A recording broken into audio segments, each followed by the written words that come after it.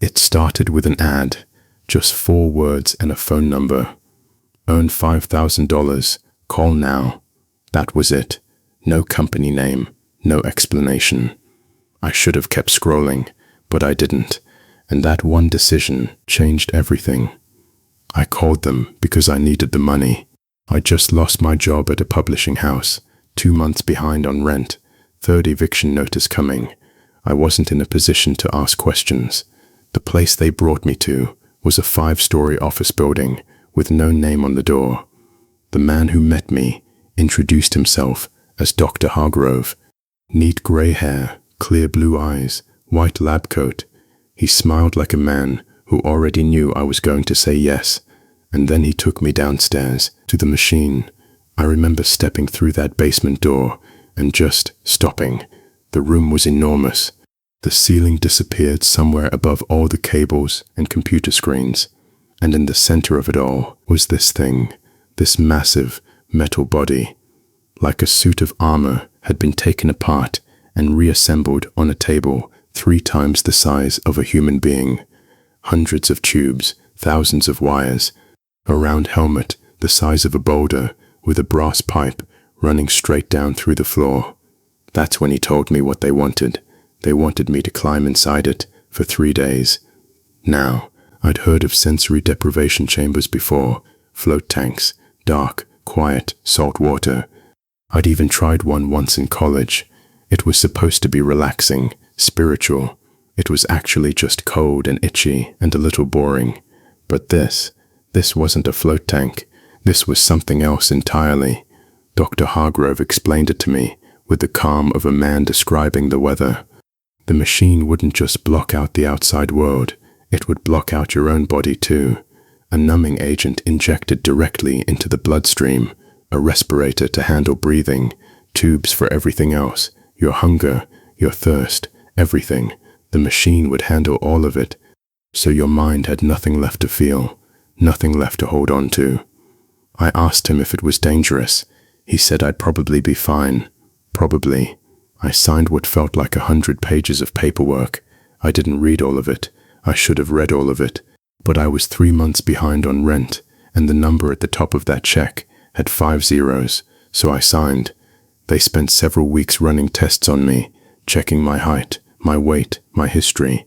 Turns out I was close to their original design measurements, and the other thing they liked about me, I had no one waiting at home, no family, no significant other, not even a houseplant, nobody who would come looking if I went quiet for a few days.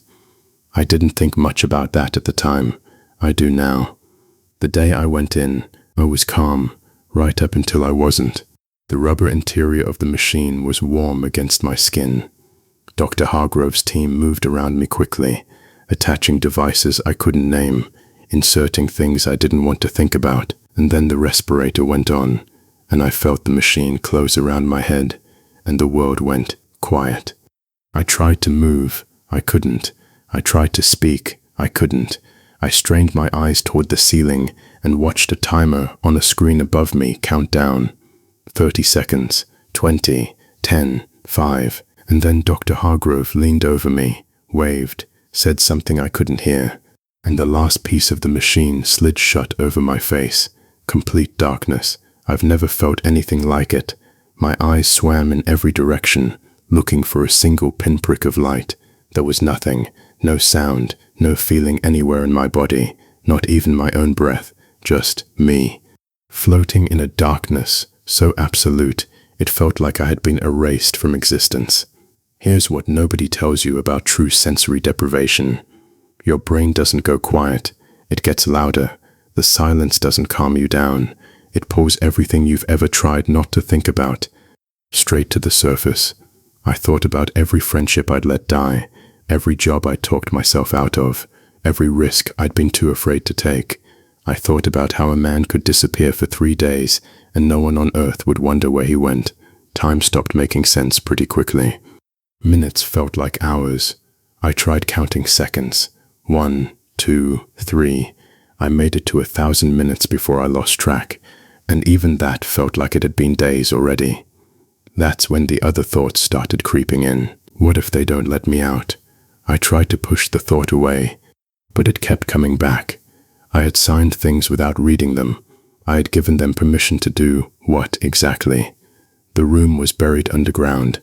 No one knew I was here. Not a single person on earth was waiting for me to come home. What if this is permanent? I saw myself floating through space, alone.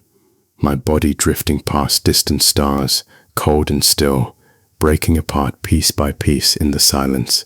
It felt real, more real than anything I could remember.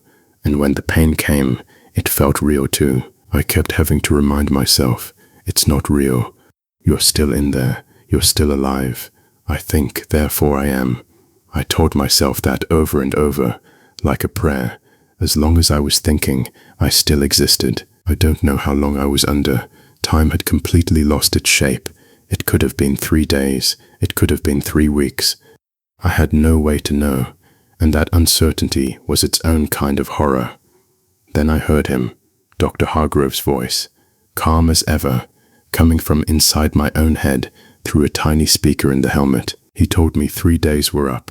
He told me the data was extraordinary. He told me they had obtained permission to extend the experiment indefinitely. He told me my $5,000 would still be deposited, and then he thanked me for my sacrifice. I can't describe what that felt like. A silence that had already been unbearable became something else entirely. I screamed into nothing. I threw myself against walls I couldn't feel.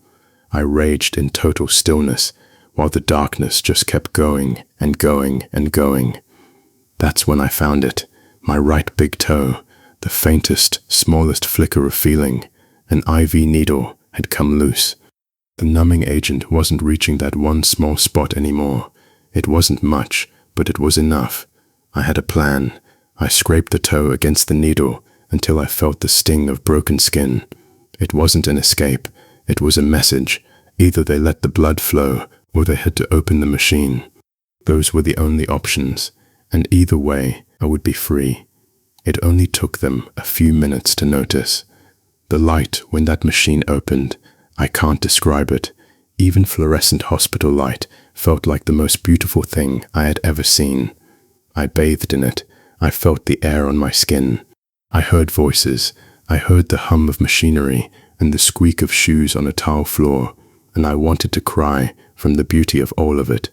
But I was still underground, and Dr. Hargrove was still in charge. They interrogated me for what felt like hours, asking about my visions, about the floating, about everything I had experienced in the darkness.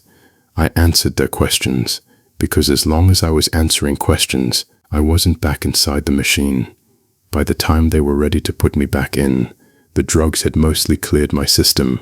I could move again, and I had already decided. When they lifted me into the machine, I moved, fast. I ripped the tubes out of my right arm. Blood hit the metal. The room erupted. I threw myself out of the machine and onto the floor, one arm completely dead from what was already in my system, and I ran, barefoot, naked, bleeding, through a hallway, up staircase after staircase, past men in lab coats who couldn't quite catch me, all the way up to a ladder bolted to the ceiling, a hatch, a way out. Dr. Hargrove grabbed my ankle on the last rung. I looked down into his eyes, and then I swung my foot straight into his jaw. I felt his grip go slack. I pushed the hatch. Cold air hit my face. I pulled myself up onto the roof. A city stretched out in every direction. Towers of glass and steel, the sky full of stars, the air cold and alive on my skin, and for one perfect moment, I was free. But there were 15 men already waiting at the exit below. They had planned for this, and behind me, more were coming up through the hatch, and I stood there on the edge of a roof, 5 stories up, looking out at a city that had no idea I existed, and I made the only decision I had left. I stepped back. I heard bells ringing as I fell, church bells, clear and bright in the cold night air. I thought, that's a strange thing to hear now. And then I heard Dr. Hargrove's voice again, from inside the helmet, through the tiny speaker, calm as always, telling me 3 days were up. I was still in the machine. I had never left. The escape, the interrogation, the roof, the bells. All of it had happened somewhere in the dark space between one thought and the next. They let me out, the real out this time. They gave me a chair and a glass of water and a dressing gown. They answered my questions politely. They connected me with a therapist. They paid me the $5,000. I got a new apartment, a new job. Things got better, the way things are supposed to. But here's what I can't shake. Here's what keeps me awake at 3 in the morning, staring at the ceiling. I thought I got out once before. I thought it was real. I felt the cold air. I felt the blood from my foot. I heard the bells, and none of it was real. So how do I know this is? Sometimes I close my eyes, and I'm too afraid to open them, because I'm scared that when I do, I won't see my apartment. I won't see the ceiling light, or the familiar crack in the plaster, or any of the ordinary beautiful things I take for granted every morning. I'm scared I'll see darkness. I'm scared I'll still be in there, floating, still counting, still waiting for bells that may never come. There was something about that night that I still can't quite explain. The kind of quiet that doesn't feel like peace. It feels like waiting. I was 8 years old, lying in my bed in the dark, staring at the ceiling of my room in my family's house just outside of Columbus. My parents had gone to sleep early. The hallway light was off. Everything was still. And then I heard it, a voice, deep and raspy, like gravel rolling around in the bottom of a tin can, coming from somewhere beneath me. "Hey," it said. I told myself it was nothing. The house settling. A dream I was already half inside of. I pulled my knees up to my chest and tugged the blanket tight around my shoulders. "Hey, kid," that made my breath catch, because it wasn't in my head. It was real, and it was close. I didn't scream. I don't know why. I just lay there, frozen, and finally, in the smallest voice I had, I asked, "Who's there?" A pause. Then, calm as anything, "I'm the monster under your bed. Now look, I know how that sounds, but I want you to understand something. I was a kid who believed in things like that. I had been convinced for most of my life that there was something beneath my bed, waiting in the dark. And here was a voice confirming it. I should have lost my mind with fear, but here's what I didn't expect, what I couldn't have expected. I wasn't afraid. "You have a name?" I asked. "Of course I have a name." "Well, what is it?" "Frank." I sat up a little. "Frank?" "Yeah," the voice said, dry and unbothered. "Something wrong with that?" I almost laughed, because what kind of monster calls himself Frank? It's just not very, monster sounding. A long pause. Then, with what I can only describe as genuine disappointment, he said, "My parents didn't want me to be a monster. What did they want you to be?" "A dentist." Something loosened in my chest. I don't know what I was expecting, but it wasn't that. "That's kind of funny," I said. "I get that a lot." We talked for a while after that. He asked me what my parents wanted me to be. I told him I wasn't sure yet. He seemed to think that was reasonable. There was something strangely normal about the whole thing, talking to whatever was under my bed at midnight, while the rest of the house slept. But then I remembered what he was. "Aren't you supposed to scare me?" I asked. "Isn't that kind of your whole thing?" "I scare people," Frank said, "just not kids like you." "Then who?" Another pause, longer this time. "Bad people." My skin went cold, not from the air, from the way he said it. Flat, certain, like a fact he'd known for a long time. "Am I a bad person?" I asked. "No," he said, quiet, sure. I let out a breath I didn't know I was holding. "Then why are you here, under my bed?" And Frank said, slowly, like he was choosing every word with care, "I'm not here for you, kid. I'm here for the man inside your closet." The world stopped. I didn't move. I didn't breathe. I just listened. And that's when I heard it. A low rustling behind the closet door. Fabric shifting against fabric. The soft creak of a hinge that had always needed oil. The door was opening. I pulled myself into the smallest shape I could. Arms wrapped around my knees. Eyes squeezed shut. I heard footsteps, soft and careful, crossing the floor toward me. Measured, patient, like whoever was walking had done this before and knew exactly how to do it quietly. The footsteps stopped right beside my bed. I could hear breathing, slow, close, and then the blanket disappeared. It was yanked off me in one sharp motion, and I braced for whatever came next, arms wrapped tight, face buried, waiting. A scream tore through the room, jagged and wild, and it wasn't mine. Then came the crash of glass shattering, the heavy thud of something hitting the floor, and then, running, frantic, retreating footsteps fading down the hall. I opened my eyes. There on the carpet, right next to my bed, catching the moonlight from the window, was a knife. My parents came running in within seconds, my mum still pulling on a robe, my dad hitting every light switch. I couldn't explain it to them clearly, couldn't put it into words yet, but I told them what I could. Someone had been in my closet. They called 911, and the officers came fast. About 3 blocks away, they picked up a man named Gary Thompson, running barefoot through the streets. He was covered in cuts and broken glass. When they pulled up his record and checked his car, abandoned 2 streets over from our house, what they found inside was not something my parents let me know about in detail for a long time. Duct tape, rope, a video camera. Gary ended up in a secure psychiatric facility where, from what I heard years later, he remained. Here's the thing that stayed with me. I never heard Frank again after that night. No voice from beneath the bed, no presence in the room. Whatever had been there was just gone. But the officer who came back the next morning to check on us, a quiet man named Officer Keller, mentioned something offhand as he was leaving. He said Gary Thompson had been placed in a cell at the psychiatric facility, standard procedure, and within the first 2 days, the staff had to move him twice because Gary kept screaming in the night, begging to be moved away from the thing under his bed. He told the doctors there was a monster down there, that it was watching him, that it had a name. Officer Keller told us Gary wouldn't say what the name was, but I already knew.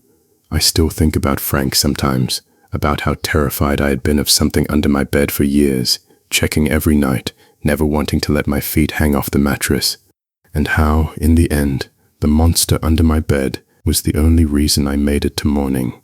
I still don't know exactly what Frank was, where he came from, why that night, but sometimes, late at night, when the house gets too quiet and the shadows sit wrong, I don't feel scared anymore.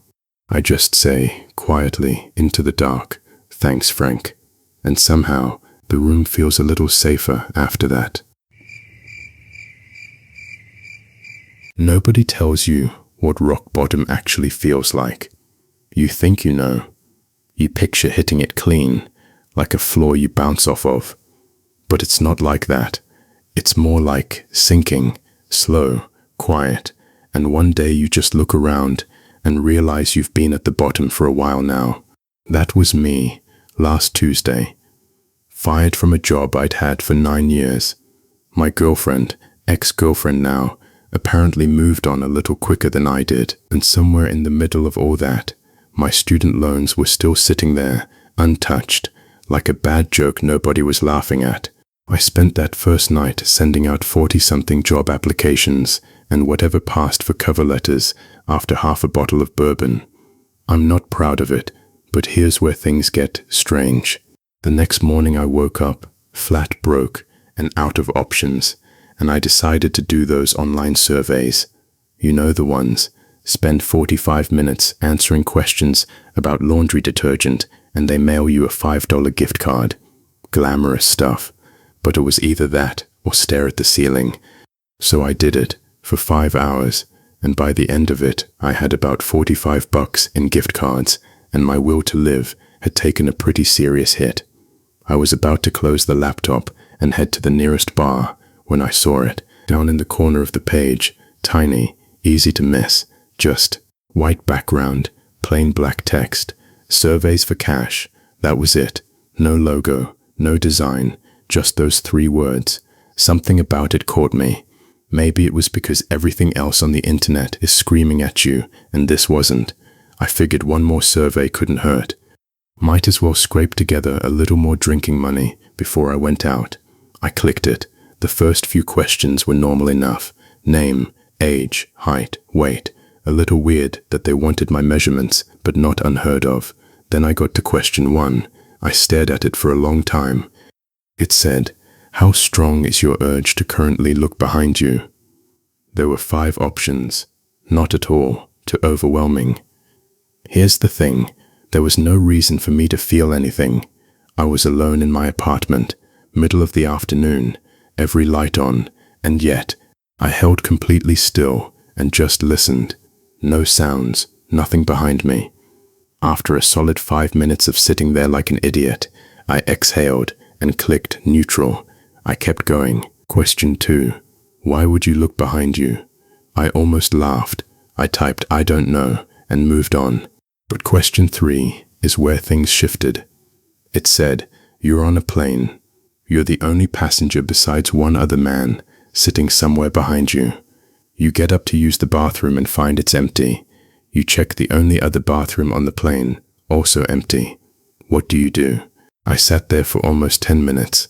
I kept telling myself it was a personality test, some kind of obscure psychological profile thing. That had to be it, right? I typed "I don't know" again and clicked next.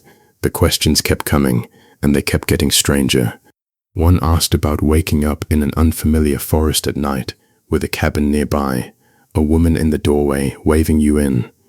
Another asked about an elevator that appears in your house at midnight, carrying a version of yourself that gets more and more injured each time the doors open. Another one, a woman you've never met, knocks on your hotel window at 3 a.m., tells you to do something terrible to the person in your bathroom, and you have to decide whether you listen. I can't fully explain why I kept going. I just had to. Something about it felt urgent in a way I couldn't put a name to. And then things started happening outside the screen. About 30 minutes in, someone knocked on my door. I checked the peephole. A man I had never seen before was standing in the hallway, staring directly at the peephole, shaking his head, mouthing the word "no" over and over. I did not open that door. My phone started ringing, over and over and over. The caller ID said "the editor" every single time. I let it go to voicemail. Each message was the same, just static and what sounded like someone reading numbers, or screaming them. Honestly, by the third one I couldn't tell anymore. I pulled my couch over the floor vent because I heard scratching from inside it. I know how this sounds. About an hour in, I finally reached what looked like the end of the survey, but it wasn't a question. It was just a statement. 6 words. Don't let them in. They're not to be trusted. And almost like the survey knew, exactly 5 seconds after I read that, someone knocked on my door again. I moved to the peephole as slowly and quietly as I could. Different person this time. A woman, mid-20s, blazer despite it being about 90 degrees outside, sunglasses on. I couldn't tell where she was looking. She reached into her pocket, pulled out a folded piece of paper, and slid it under my door. I picked it up. It said, "It's lying. Leave your apartment immediately." That was maybe 30 minutes ago now. She's still out there. I can see the shadow of her feet under the door, completely still. A few minutes ago, I heard my bedroom window slide open. I've had a chair jammed under that door ever since. There's a sound coming from behind it now, low, distorted, like someone talking through a broken speaker. The survey is still open on my laptop. I can't bring myself to look at it. I don't know who to believe. I don't know what any of this is, but I keep coming back to question 1. How strong is your urge to currently look behind you? And honestly, right now, I can't even answer that. I want you to think about the place you feel safest right now. Your bed, your apartment, whatever corner of the world you've claimed as yours. Now imagine, what if that place had a history you didn't know about? What if the walls around you had already seen things that left a mark? This is a story about a building and the man who chose to stay. It started the way most things do. No big warning, no sign over the door saying turn back. Just a 28-story tower block sitting at the edge of a city, every window black, every light in the courtyard smashed out, no cars in the lot, no guard booth, not even barbed wire on the fence. The older wood high-rise had been left to rot, and somehow nobody seemed to want to go near it. James had come into town with nothing, no apartment lined up, no friends to crash with, just a bag on his shoulder and enough cash for maybe 3 nights in a motel. When he stumbled across Alderwood on his first night, what struck him wasn't the darkness, it was the silence. Half a mile away, there were teenagers hanging around a playground, shouting, throwing bottles, but not a single one of them had wandered in the direction of that building, not even on a dare. That should have told him something. He went inside anyway. The lobby had been gutted, double doors ripped from their hinges and left that way for what looked like years. Water had colonized the lower floors so badly that algae was climbing the walls. The elevator shaft was completely flooded, and when James leaned over and shined his flashlight down, he saw his own reflection staring back up at him from the dark water below. He moved in that night, found a dry floor, found an apartment with walls that were still mostly standing, told himself it was temporary. That was over a decade ago. Here's the thing about Alderwood that most people in the city won't say out loud. They know something is wrong with it. They've always known. They just don't know exactly what. Ask around and you'll get laughs, shrugs, ghost stories, but nobody dares anyone to go up there. Nobody sneaks in to get drunk. Nobody hides anything there. For an abandoned building in the middle of a city, that's strange. That's very strange. Buildings like that are usually magnets for exactly that kind of thing. Not this one. The city built Alderwood back in the mid-50s as government housing.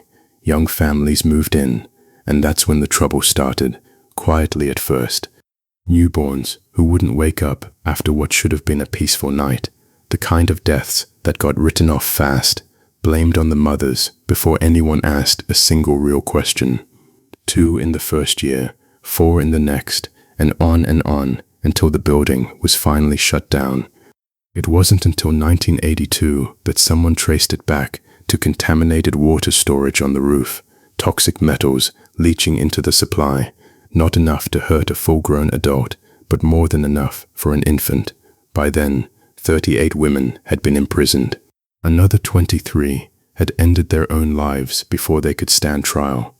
And those were just the ones anyone bothered to count. Here's what gets under your skin though. Not all the deaths came from the water. Alderwood seemed to find ways to be bad for people, no matter the cause. Children gone missing, written off as runaways. Others found in ways nobody wanted to talk about. By the time the city boarded it up and pretended it never existed, the building had already become something else. Something that didn't stop when the doors closed. James learned that pretty fast. The elevator shaft, you had to learn not to look up it. If you did, sometimes you'd see something up there, something ducking back through the open doors before you could get a clear look, like it thought it was funny, like it was playing a game. He called it the peekaboo thing. After a while he figured out the rule, don't engage, because if you played along, it started showing up other places.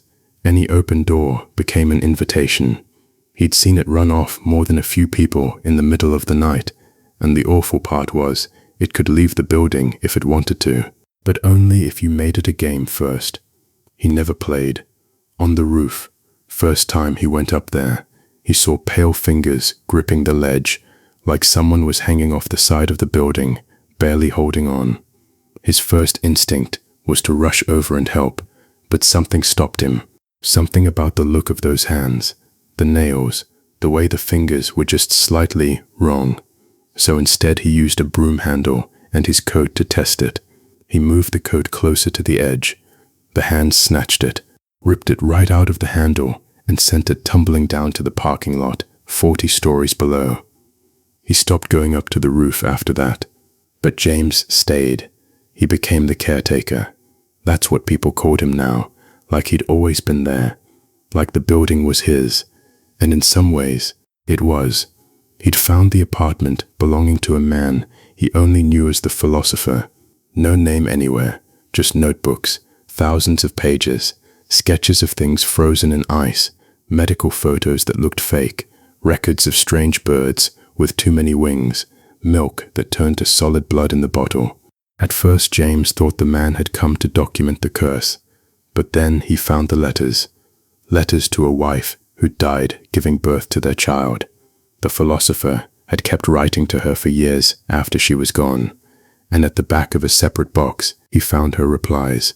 Letters written in things James didn't want to think about, on scraps of paper that shouldn't have existed, each one dated by the philosopher himself, with a small note about how it had arrived, delivered by a rat that was eaten in front of me, pulled from a cavity in my own tooth. James read through every last one, and in the final letter he found the reason the man had moved into Alderwood in the first place. He wrote that the building was the key, that he was close, that he knew how to open the door. He was going to bring her back. James never found out what happened to him. He just knew that on his very first morning in the building, the key to that apartment had been in his coat pocket. Now he lived there. He traced the symbols the philosopher had drawn on the walls every couple of months. He didn't know what they meant, but they kept the building well behaved. And in Alderwood, it mattered more than you'd think, because people came, all the time, at night mostly, drawn to the building the way certain people get drawn to certain places. Some came with rituals, candles, strange wooden shapes, things that looked copied out of bad books with ISBN numbers. Most of those people James would find the next morning, or what was left of them. He'd learned not to interrupt. He'd learned to lock his door when the sun went down and do a full sweep, floor by floor, when it came back up. But occasionally someone came who was different. There was the businessman, late 20s, nice suit, the kind of guy who looks like he's never been wrong about anything in his life. He paid James $3,000 in cash just to be shown the darkest corner in the building. Not dark like no light, dark like under the bed, he said, dark like that chip in a wall, where as a kid you couldn't help wondering what lived inside, a place that felt like it didn't have as much of God's attention on it as everywhere else. James knew exactly what he meant. He took him to the 8th floor, a small apartment, 3 rooms, the kind of place that still had cutlery in the drawers, a toaster on the counter, an old analog TV. You could sit on what was left of the sofa and get this strange aching feeling like you knew the people who used to live there, like you were grieving someone you'd never met. And then there was the 3rd room, a sliver of space, a triangle carved out of whatever square footage was left over when the other walls were built, a cot inside it, still there after all these years, with old Winnie the Pooh blankets you couldn't quite see behind because the shadow was too thick. Daylight didn't reach in there, even with a window. The flies just circled overhead, round and round. The businessman took one look at that room and said, "Perfect." He set up his candles, made from wax he'd rendered himself, with fat from a hospital's medical waste department, he mentioned, almost casually. He asked James if he wanted to stay and watch. James said absolutely not, and the businessman smiled like that was the right answer. James pulled the door shut behind him and ran back to his apartment before the sun finished setting. He went back the next morning. The satchel was still there on the sofa. The candles burned down to nothing, and in the room with the cot, a shadow burned into the wall, blurry, vaguely the shape of a man on his knees, head pressed to the floor. It moved sometimes, turned toward James when he came near. His temples would throb, his ears would pop, the edges of his vision would start going dark. He stopped going to that apartment entirely. Then there was the professor, an older man, upper-class accent, rumpled like a university office had been turned into a person. He moved into the room next to James's and spent his days on his hands and knees, scraping mold off every surface he could find. He grew things in terrariums, whispered to petri dishes, told James he was a scientist, that the fungi he'd found here were unlike anything ever catalogued, that they had a capacity to process information beyond anything anyone had considered. James asked him once to tone it down because the symbols on their shared wall were getting hot. The professor froze, stared at the rashes on his arms, rashes that had started sprouting their own strange little growths, and then he said something that made James deeply uneasy. He said asking it might actually be an option. A few weeks later, the professor disappeared, not from the building, just from the hallways. James waited 2 days before he finally kicked the door in. The wood came apart like wet cardboard. Inside, the specimens had gone completely wild. Terrariums shattered, frogs the size of footballs staring at him from behind frilly growths, a slime mold in the corner that had grown large enough to catch rats and had developed eyes to watch James while it did. And against the far wall, the professor himself, or what was left of him, half grown into the plaster, algae head to toe, strange tendrils working their way into his ears, still alive, still awake. His jaw came loose while James stood there watching. James got a crossbow from a nervous teenager 2 days later. He used it, one clean shot. Then he called the hazmat team and let them handle the cleanup. He still doesn't know exactly what it was the professor had asked for. And then there was the night James fell asleep by the flooded elevator shaft. He'd been sitting with a man he called the fisherman, cheerful guy, thermos of good coffee, fishing rods set up at the edge of the dark water below. He paid James to sit with him and watch for movement on the lines, said he was trying to catch something from what he called the primordial ocean, the deep water that God split into light and dark, said it could connect to certain bodies of water in certain places at certain times. It was a strange afternoon, but honestly, a pleasant one. They ate, they talked a little, the building was quiet, and then James fell asleep. He woke up to the sound of something small and giggling, running off into the dark. The moon was out, had been out for hours. He reached for his flashlight with a cold, sick feeling in his chest. The fisherman's thermos was still there. His hat was floating on the dark water below. And as James watched, something smooth and glistening rose up from under the surface and pulled the hat down. He ran, climbed floor by floor in the dark, pressed himself into corners every time he heard footsteps that didn't sound right, past a translucent child standing in a doorway that made his stomach knot up in a way he didn't understand, kept moving, don't stop, don't engage, get to the 14th floor, get to the apartment, get behind those walls. He almost made it.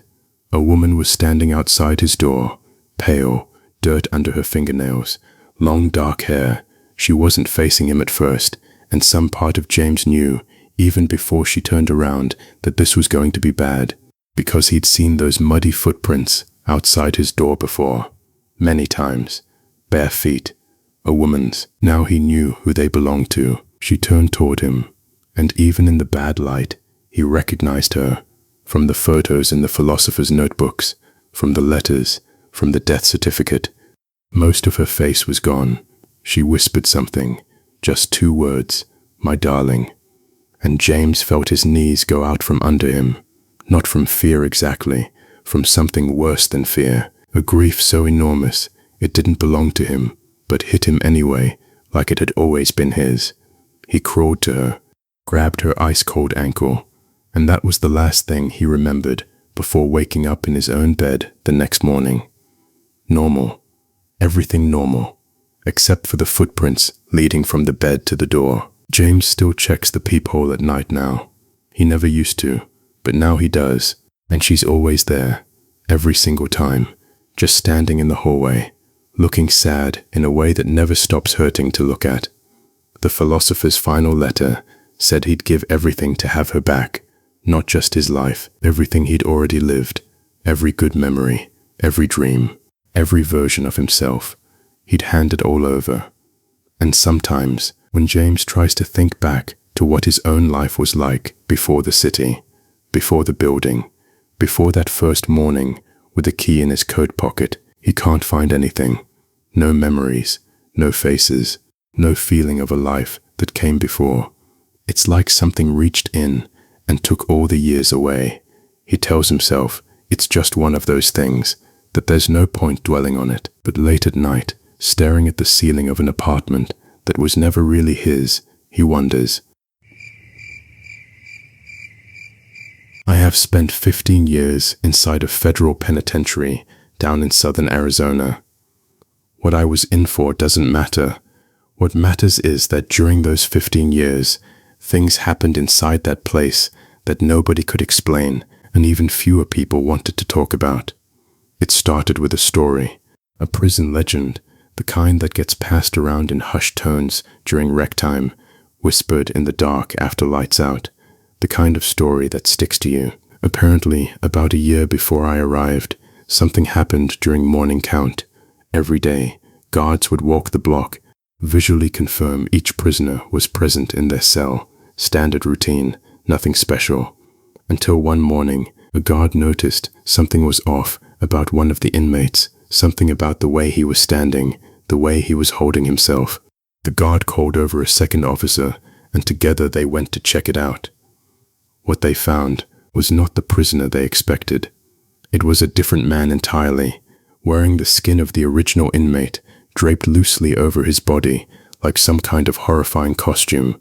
And the worst part, the man wearing the skin was not an inmate. No one had any idea how he got inside the prison, let alone inside a locked cell. No ID, no record, no documentation anywhere. They couldn't figure out who he was, and they never found the body of the man whose skin he was wearing. That's the kind of place I was living in. The inmates called him the Skinwalker. And even after they shipped him off to another facility, about a month later, the name stayed. It spread through the yard like a virus, and it brought out something else entirely. There was an older Navajo inmate named Carl. He'd been in that yard for decades, and once the Skinwalker story got out, Carl started talking about real skinwalkers, about what they actually were, what they could do, and how to tell if one was already among you. Carl said skinwalkers could mimic human speech, but never quite replicate it. Something always sounded slightly wrong, like a recording played back at the wrong speed. They moved in ways that were just a little off. Unnatural gait, erratic twitching, things you'd notice if you were paying attention. But here's what really got to people. Carl believed there was one living inside the prison, not the guy they shipped away. Something older, something that had been there for years. He called it the Grand Master. And he said it had gotten so good at imitating humans that you might not even notice, even if it was your own cellmate. A lot of guys laughed it off. Others didn't. And then there was the snapping. Every now and then, an inmate would just change. Not in a loud, explosive kind of way. They wouldn't blow up at dinner or start a fight in the yard. They would just go quiet, hunch over, let their hair fall in front of their face, stop talking to the people they'd been close to for years, stop making eye contact, start shuffling around alone during rec like they were somewhere else entirely. And every single time someone snapped like that, within 2 weeks, they were gone, shipped off, transferred, no warning to anyone, no goodbye. Nobody wanted to talk about it. Like saying it out loud would make it happen to them next. I felt the same way. But the nights was something else. After lights out, the block would go quiet, and then it would start. This sound, sharp, sudden, a short, piercing burst that cut through the silence like nothing I'd ever heard before. It was somewhere between a dying animal and metal scraping metal. It would echo off the walls and disappear just as fast as it came. Nobody talked about that either. Then there were the shadows. The cell block stayed dimly lit at night, just enough to see the faint outline of your own hands. And sometimes I would watch the shadows on my wall shift, move, flutter across the concrete like something was passing by outside my cell, except there were no guards near me. No movement in the corridor. Nothing. One night, I woke up and saw it. A perfect silhouette of a person standing on my back wall, still, just standing there. I turned around immediately. My cellmate was asleep in his bunk, and the corridor outside was empty. But the footsteps, those were the worst. Every few nights, you'd hear them. Fast, impossibly fast. Wet slapping sounds on the tile floor, sprinting from one end of the block to the other in what felt like 2 seconds. By the time you heard them coming, they were already past you. Whatever was making those sounds was moving at a speed no human being could reach. Every inmate in that block hated the footsteps. Nobody ever figured out what caused them. Nobody ever saw anything. I was released about a month ago. 15 years, and I made it out. But the last week was the closest I ever came to not making it. My cellmate, a good friend of mine, one of the few, snapped, just like the others, went quiet overnight, stopped talking, stopped looking at me, started hunching. I didn't sleep for an entire week after that, not really. Every time I drifted off, I jolted awake within minutes. I never turned my back on him. And then one night, I woke up to find him moving through the bars of our cell, not trying to break them, not forcing anything, just threading his body through the gaps, slowly, silently. I couldn't get anything past my shoulder through those bars. He was halfway through, and he was coming back in. I didn't say a word, just watched, kept still. He came back to his bunk, lay down, and went quiet. I didn't sleep again until the morning, on the day of my release. I didn't look at him, didn't say goodbye, just walked out. He seemed fine with it. I was more than fine with it. I walked through those front gates a free man, and for a minute, just a minute, I felt like it was over. I walked along the fence line past the rec yard. I could see the inmates through the chain link, and I spotted my old cellmate standing off by himself on the far end, hunched, alone, same as he'd been all week. I shook my head. I wasn't even sure it was still him. I took one last look at the yard. I don't know why. Maybe I just wanted to close the chapter, see it from the outside for the first time. I wish I hadn't looked, because there, standing alone on the other side of the yard, was Carl, hunched over, eyes scanning the other inmates, twitching. Carl, the man who spent years warning everyone else what to look for, and I just stood there, on the other side of that fence, watching him, and I thought about everything he had ever said, about how good it could get, about how long it had been in there, about how patient it was. I turned away and kept walking. I didn't look back again. There are 2 things I will never forget about that night. The sound of those closet doors slowly creaking open, and the fact that my son's room never had a closet. We had just come out of one of the ugliest divorces you can imagine. I won't get into the details, but I will say this. The only thing that mattered to me, the only thing I fought for with everything I had, was my 4-year-old son Jake, and I got him. Full custody, just the 2 of us now. We lost nearly everything else in the process. The house, most of the furniture, all of it. So we packed what little we had and moved into a small rental on the other side of town. A fresh start. That's what I told myself. That's what I needed to believe. The first night there was quiet. A little too quiet, actually. You know that feeling when a place doesn't feel like home yet? When the shadows in the hallway look a little too dark and every sound the house makes sounds like something else entirely. That's exactly how it felt, but I brushed it off. New environment, new beginning. We'd get used to it. But then, around midnight, I heard Jake call out for me. I padded down the hall and pushed open his bedroom door. He was sitting up in bed, wide awake, his little face lit up by the glow of the nightlight I'd picked up from the dollar store. He looked at me with those big brown eyes and said the most completely normal thing a 4-year-old can possibly say on his first night in a new house. "Daddy, can you check the closet for monsters?" I almost smiled. Of course he did. He'd been through so much, the arguments, the instability, the constant moving around, and now here he was in a strange room, in a strange house, barely any furniture, asking about monsters. It made total sense. Kids process fear the only way they know how. So in that split second, my brain was already computing the whole thing. Tired kid, new place, first night jitters, totally normal, nothing to worry about. And then something shifted. Before I even turned my head to look where Jake was pointing, something in the back of my mind screamed at me. Quietly, like a whisper, something is wrong. Something is very wrong. I turned and looked anyway, and I want you to understand, I am not an emotional guy. I've been through a lot. I've handled a lot, but in that moment, sitting on the edge of my son's bed, staring at what I was staring at, it took everything I had to keep my face calm, to not let a single flicker of fear cross my expression, because Jake was watching me, and if I lost it, if I let him see what I was feeling, I don't know what would have happened. I had one job: get him out. So I did what any parent does when they have to protect their kid. I acted. "All right, champ," I said, keeping my voice light, casual, like this was the most normal bedtime routine in the world.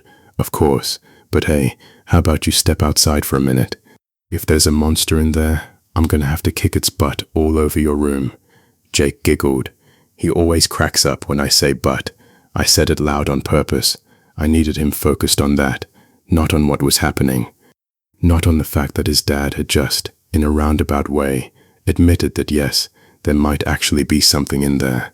He slid off the bed and walked out into the hallway, still giggling, and the second he was out of sight, my entire demeanor changed. My mind was already mapping the fastest route out. Front door, car keys on the kitchen counter, phone in my pocket, Jake's shoes by the entrance. I could do this. I could get us out. And then I heard it, a slow, creaking sound coming from behind me, the closet doors opening. I didn't look back. I launched off that bed, grabbed Jake from the hallway, scooped him up, and we were moving. Keys, phone, out the front door, into the car. Under 60 seconds, maybe less. I didn't stop to think. I didn't stop to look back. I just drove. Jake was confused, obviously, a little sleepy. He looked up at me and asked where we were going. I told him I couldn't sleep and we were going out for ice cream to celebrate. He blinked at me. "Celebrate what?" And I said, and I meant every word of this, "Just the two of us, buddy, you and me, that's enough." He accepted that. Kids are incredible that way. We ended up at an all-night diner, and I got him a small scoop of vanilla, and I just sat there watching him eat it, my hands wrapped around a coffee mug, my heart still hammering in my chest. And I want to explain something to you, because this is the part that keeps me up at night. I had been to that house before moving in. I cleaned it myself. I painted the walls. I assembled the furniture. I knew every single room. I knew every corner of that house. Jake's room was a simple square. 4 walls, 1 window, 1 door. There was no closet in that room. There had never been a closet in that room. So what was Jake pointing at when he asked me to check it? And what was making that creaking sound as I ran out the door? I still don't have an answer. I've thought about it every night since. I've tried to rationalize it. Maybe I was confused in the dark. Maybe I had the wrong room. Maybe I was more exhausted than I realized. But I know what I heard. I know what I saw. And whatever it was opening that door from the inside. We never went back. It was a Wednesday. Nothing special about it. My co-workers and I were at our usual spot, a little dive bar called Murphy's, the kind of place where the beer is cheap and nobody asks too many questions. It was me, Ryan, Cassie, and Derek, crammed into a corner booth, complaining about work and killing time like we always do on a midweek night. Maybe 8 or 9 other people scattered around the room. Quiet, normal, exactly the kind of night you forget by morning. That's when everything changed. I'm sitting with a clear line of sight to the TV above the bar. Our bartender, Nikki, is lazily flipping through channels, and for just a split second, I catch a flash of orange and red, something burning. She switches the channel before it fully registers, but something about it felt off, familiar in a way I couldn't place. "Hey, Nikki," I called out. "Can you flip that back?" She switched it back to the local news, and I felt the blood drain from my face because I recognized the building on screen. I would know it anywhere. It was MI building, and it was on fire. "That's my apartment," I said, out loud, louder than I meant to. The whole bar went quiet. Everyone turned to look. The camera was showing a wide shot from the north side of the block. I could make out the dry cleaner, the little convenience mart on the ground floor, all the shops I walked past every single morning. And up near the top left corner of the building, flames, not massive, but spreading, real. Ryan put his hand on my shoulder. Man, that sucks. There was this awkward ripple of agreement around the table. Nobody knew what to say. I didn't blame them. But here's the thing.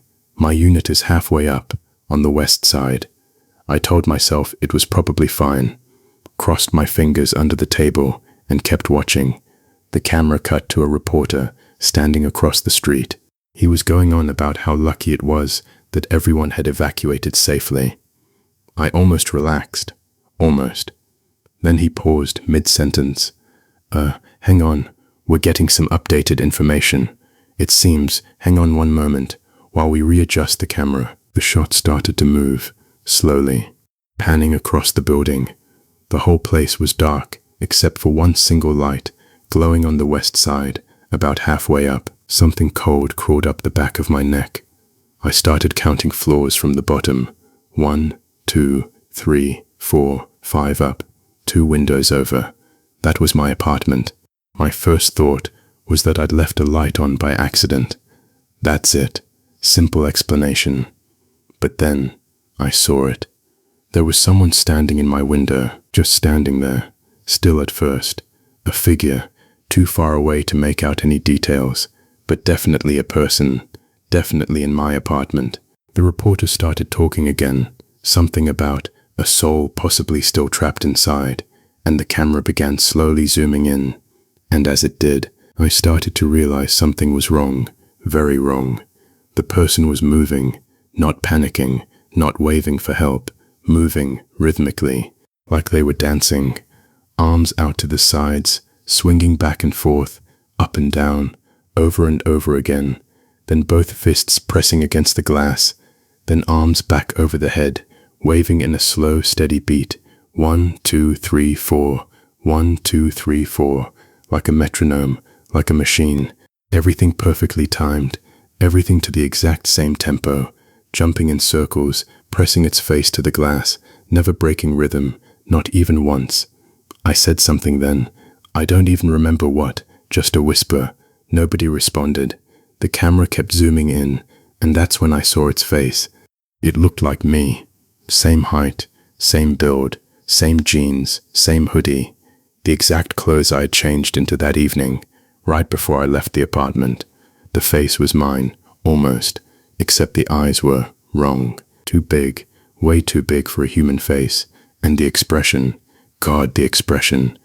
It looked like someone pretending to be terrified, like a bad actor doing a pantomime of fear, mouth wide open, eyes stretched, hands pressed to its cheeks like something out of a painting. It would have almost been funny if it wasn't wearing my face. No one in that bar said a word. The thing kept moving, kept swaying, kept pressing its hands against the glass in that same perfect rhythm. 1, 2, 3, 4, and then, just visible through the window, the top of my front door, which slowly started to open. The firefighters had made it upstairs. They were going into my apartment. No, I whispered. I don't even know why I said it. It just came out. The creature stopped. It went completely, utterly still. And then its expression shifted. The pantomime of fear just melted away. And what replaced it was a smile. A wide, slow smile, filled with teeth that were too long, too sharp, too many. A smile that didn't belong on any face I'd ever seen. Then the lights went out, just like that. Window went dark. Screen showed nothing but a black square where my apartment used to be. Nobody spoke. We all just sat there for a few seconds. Then, one by one, people quietly picked up their things and left. No one said goodbye. No one looked at each other.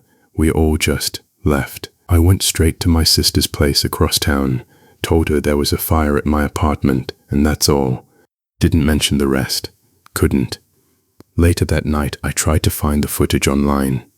The news clip had been edited. The part with the figure in the window was gone. I don't know what that thing was. I don't know if it's still there. I don't know what would have happened if those firefighters had walked all the way in. But I'll tell you this. Part of me hopes they never put out that fire. Part of me hopes they stood back and let the whole building burn. Whatever was standing in that window, it didn't want to be found. And I'm terrified of what might happen now that someone went looking. I still see that smile when I close my eyes, every single night.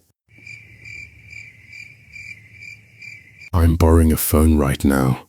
Someone here was kind enough to sneak it in for me, and I don't have much time before they notice, so listen closely. It started on a Tuesday night, just like any other. I was lying in bed, phone in hand, doing what I always do when I can't sleep, scrolling Reddit, letting the stories blur my thoughts until my eyes got heavy. You know how it is. You've probably done it yourself. One story bleeds into the next, and before you know it, it's 2 a.m. and you've fallen down a rabbit hole you can't crawl out of. That night, I came across a post that made every single hair on my arms stand straight up. It was the kind of story that gets under your skin, the kind that makes you check the corners of the room before you keep reading. I finished it, sat there for a second, just processing, and then I did what most people do. I scrolled right past it and moved on to the next one. That was my first mistake. About 20 minutes later, I heard it, a scratching sound, long and slow, dragged across the other side of my bedroom door. I live alone. I've lived alone for 3 years. I know every sound this apartment makes, and that was not one of them. I switched on the lamp, stared at the door, held my breath. Silence.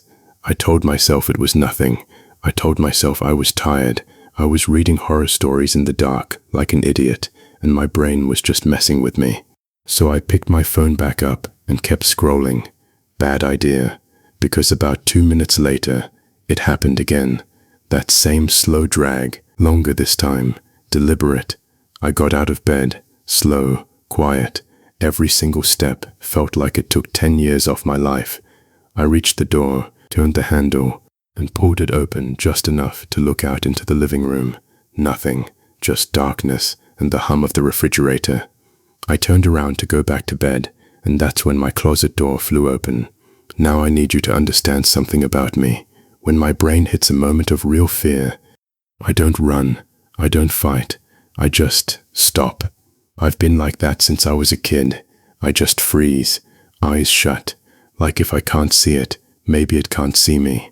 So that's exactly what I did. I stood there in the center of my bedroom, eyes squeezed shut, barely breathing, waiting. And then the clock on my nightstand stopped ticking. Not slowed down, not wound down, stopped, mid-tick, like time itself had just paused to watch what was about to happen. I opened my eyes, and I met him. He was impossibly tall, almost touching the ceiling, balanced on legs that were too long and too thin, like something had stretched him out wrong. His arms hung down, past where arms should end. His skin, what I could see of it, looked like old, dried-out earth, deep cracks running all the way across his body, like a drought-split desert floor. He wore a long dark cloak, blacker than anything I've ever seen, that pulled on my floor like a shadow given weight, and beneath that hood, 2 eyes, burning red, locked onto me. I could not move. I don't think I was even inside my own body anymore. I managed to push out 3 words. Who are you? He never opened his mouth, but I heard him, not with my ears, with something deeper than that, like his voice was speaking directly into the part of me I keep locked away. I am Mr. Calloway, he said, and I am here to right your wrong. Before I could even form a question, he was right in front of me. One moment he was across the room, the next he was so close I could smell it, rotting, decayed, like something left out in the summer heat for days. He reached out one long, skeletal finger and ran it slowly down my cheek, and in that single second, I felt it, something I cannot fully describe. It was like my vision was being dragged out of me, pulled from the inside, and replaced with nothing but burning darkness. I couldn't scream. My mouth was open, but no sound came out. I was locked inside that agony with nowhere to go and no one to hear me. You know what you did, the voice came again, slow and deliberate, like it had all the time in the world. You have 24 hours to make it right, or I take your eyes and everything that comes with them. And then he was gone, just like that, like he'd never been there at all.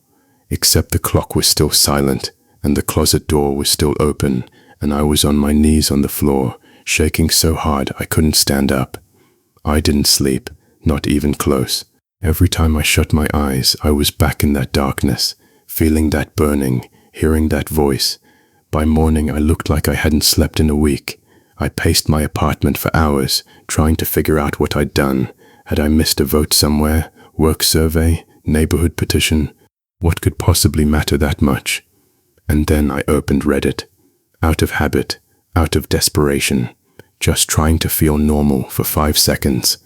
I was scrolling and I stopped, because there it was, the story I'd read the night before, the one that made my skin crawl, the one I had scrolled right past without giving it a single upvote, and something clicked in my chest like a deadbolt sliding shut. That was it. That had to be it. I hit the upvote button so fast my phone almost flew out of my hand, and then I waited. I sat on the edge of my bed and I waited all day. I didn't eat. I barely moved. My phone was in my hands the whole time, and I just stared at the wall, watching the light outside shift from morning to afternoon to evening, wondering if I'd guessed right, wondering if it even mattered. When the sun finally went down, I went to my room, sat on the bed, closed my eyes, and waited for whatever was coming. Because I knew he was coming. I could feel it in the way the air changed, that slight drop in temperature that makes your body register something your brain doesn't want to accept. And then I smelled it. That same rot, that same decay, the smell of something ancient and wrong. I felt every single hair on my body stand up at once. I heard the slow, thick pull of his breathing filling the room, and when I finally opened my eyes, he was there, standing exactly where he'd stood before, watching me. But this time, his eyes weren't red. They were blue, cold and clear, and still as ice. He stared at me for what felt like an eternity, and then, in that same voice that lives permanently in the back of my skull now, he said 6 words: "Don't let it happen again." And he was gone. I know how this sounds. I do. The doctors here certainly have their opinions about what happened. They've got all kinds of explanations, all kinds of words for it. Stress-induced episode, hyperactive imagination, overtired. They say it's all in my head, and maybe they're right. Maybe none of it was real. Maybe I imagined every single second of it. But here's the thing. I'm telling you this from a borrowed phone inside a building I'm not allowed to leave. And I can't stop thinking about that story I almost scrolled past. That one post that someone wrote, poured their fear into, and shared with the world, hoping someone would stop long enough to read it. So before you scroll to the next one tonight, just make sure you gave this one what it deserved, because Mr. Calloway is very, very patient, and he has all the time in the world.